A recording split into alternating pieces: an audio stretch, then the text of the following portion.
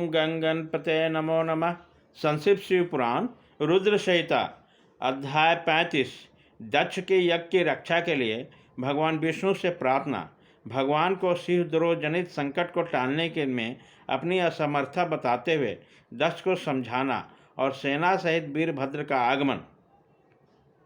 दक्ष बोले, देवदेव हरे विष्णु दीनबंधु कृपा निधे, आपको मेरी और मेरे यज्ञ की रक्षा करनी चाहिए। प्रभु, आप ही यज्ञ के रक्षक हैं। यज्ञ है आपका कर्म और आप यज्ञ स्वरूप हैं। आपको ऐसी कृपा करनी चाहिए जिसमें यज्ञ का विनाश नहीं हो। ब्रह्मा जी कहते हैं, मुनीश्वर इस तरह अनेक प्रकार से सादा प्रार्थना करके दक्ष भगवान श्री हरि के चरणों में गिर पड़े।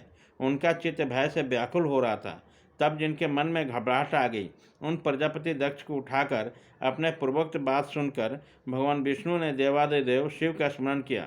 अपने प्रभु एवं महान ऐश्वर्य से युक्त परमेश्वर शिव का स्मरण शिव तत्व के ज्ञाता श्री हरि दक्ष को समझाते हुए बोले। श्री हरि ने कहा, दक्ष, मैं तुमसे तत्व की बात बता रहा हूँ, तुम मेरे ध्यान देकर सुनो। मेरा यह वचन तुम्हारे लिए सर्वथा हितकर और महामंत्र के समान सुखदायक है। दक्ष, तुम्हें तत्व का ज्ञान नहीं है, इसलिए तुमने सबके अधिपति परमात्मा शंकर की अवहेलना की है। ईश्वर की अवहेलना सारा कार्य सर्वथा निष्फल हो जाता है।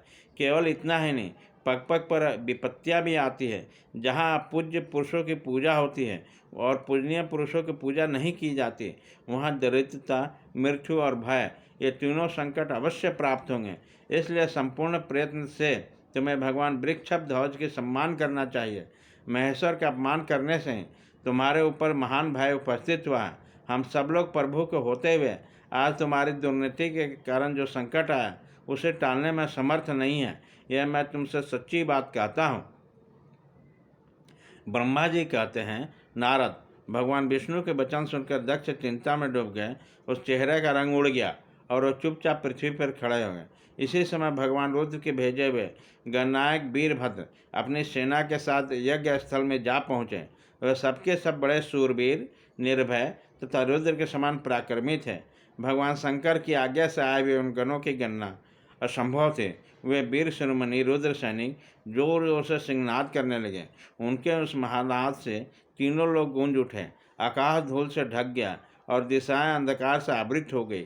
सातों द्वीपों से युक्त पृथ्वी अत्यंत भय से व्याकुल हो पर्वत, वन और कानों से कांपने लगे तथा संपूर्ण समुद्रों में ज्वार आ गया। इस प्रकार समस्त लोगों का विनाश करने में समर्थ उस विशाल सेना को देखकर समस्त देवता आदि चकित हो उठे। सेना को देखकर दक्ष के मुख से खून निकल आया। वह अपनी स्त्री के साथ भगवान विष्णु के चरणों में दंड के भांति गिर पड़े और इस प्रकार बोले। दक्ष ने कहा, विष्णु महाप्रभु, आपके बल से ही मैंने इस महान यज्ञ का आरंभ किया है। सत्कर्म सिद्धि के लिए आप ही प्रमाण माने गए हैं। विष्णु, आप कर्मों के साक्षी तथा यज्ञों के प्रतिपालक हैं। महाप्रभु, आप वेदोक्त धर्म तथा ब्रह्मा जी के रक्षक हैं। अतः प्रभु, आपको मेरे इस यज्ञ की रक्षा करनी चाहिए, क्योंकि आप सबके प्रभु हैं। ब्रह्मा जी कहते हैं, दक्ष की अत्यंत दीनतापूर्वक बात सुनकर भगवान विष्णु उसने शिव तत्व से विमुख हुए दक्ष को समझाने के लिए इस प्रकार बोले।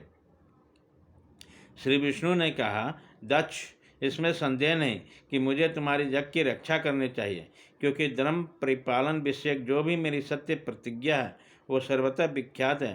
परंतु दक्ष, मैं जो कुछ कहता हूँ उसे तुम सुनो। इस समय अपनी क्रूरतापूर्वक बुद्धि को त्याग दो। देवताओं के चैत्र निमिष नारायण में जो अद्भुत घटना घटित हुई है, उसका तुम्हें स्मरण नहीं हो रहा? क्या तुम अपनी कुबुद्धि के कारण उसे भूल गए?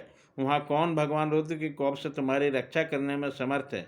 दक्ष, तुम्हारी रक्षा किसको अभिमत है, परंतु जो तुम्हारी रक्षा करने के लिए उद्मत होता है वह अपनी दुर्बुद्धि का परिचय देता है। दुर्मते, क्या कर्म है और क्या अकर्म, इसे तुम नहीं समझ पा रहे।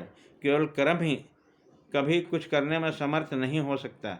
जिसके सहयोग से क्रम में कुछ करने के सामर्थ्य आती है, उसी को तुम स्वकर्म समझो। भगवान शिव के बिना दूसरा कोई क्रम में कल्याण करने की शक्ति देने वाला नहीं है। जो शांत हो, ईश्वर में मन लगाकर उसके भक्तिपूर्वक कार्य करता है, उसी को भगवान शिव तत्काल कर्म का फल देते हैं।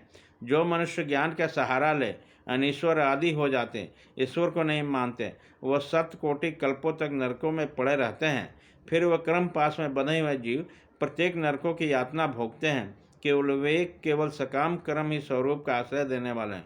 ये शत्रुमर्दन वीरभद्र जो यज्ञशाला के आंगन में आ पहुँचे हैं, भगवान रुद्र की क्रोधाग्नि से प्रकट हो गए हैं। इस समय समस्त रुद्रगणों के नायक यही हैं। ये हम लोगों के विनाश के लिए आए हैं, इसमें संचय नहीं है। कोई भी कार्य क्यों न हो, वस्तुतः इनमें कुछ भी अशक्य नहीं है। यह महान समर्थशाली वीरभद्र सब देवताओं को अवश्य जलाकर ही शांत होंगे, इसमें संचय नहीं जान पड़ता। मैं भ्रम से महादेव जी का शपथ का उल्लंघन करके जो यहाँ ठहरा रहा, उसके कारण तुम्हारे साथ मुझे भी इस कष्ट का सामना करना पड़ेगा। भगवान विष्णु इस प्रकार कहीं रहते कि वीरभद्रों के साथ शिवगणों का सेना का समुद्र उमड़ा। समस्त देवता आदि ने उसे देखा। अध्याय 35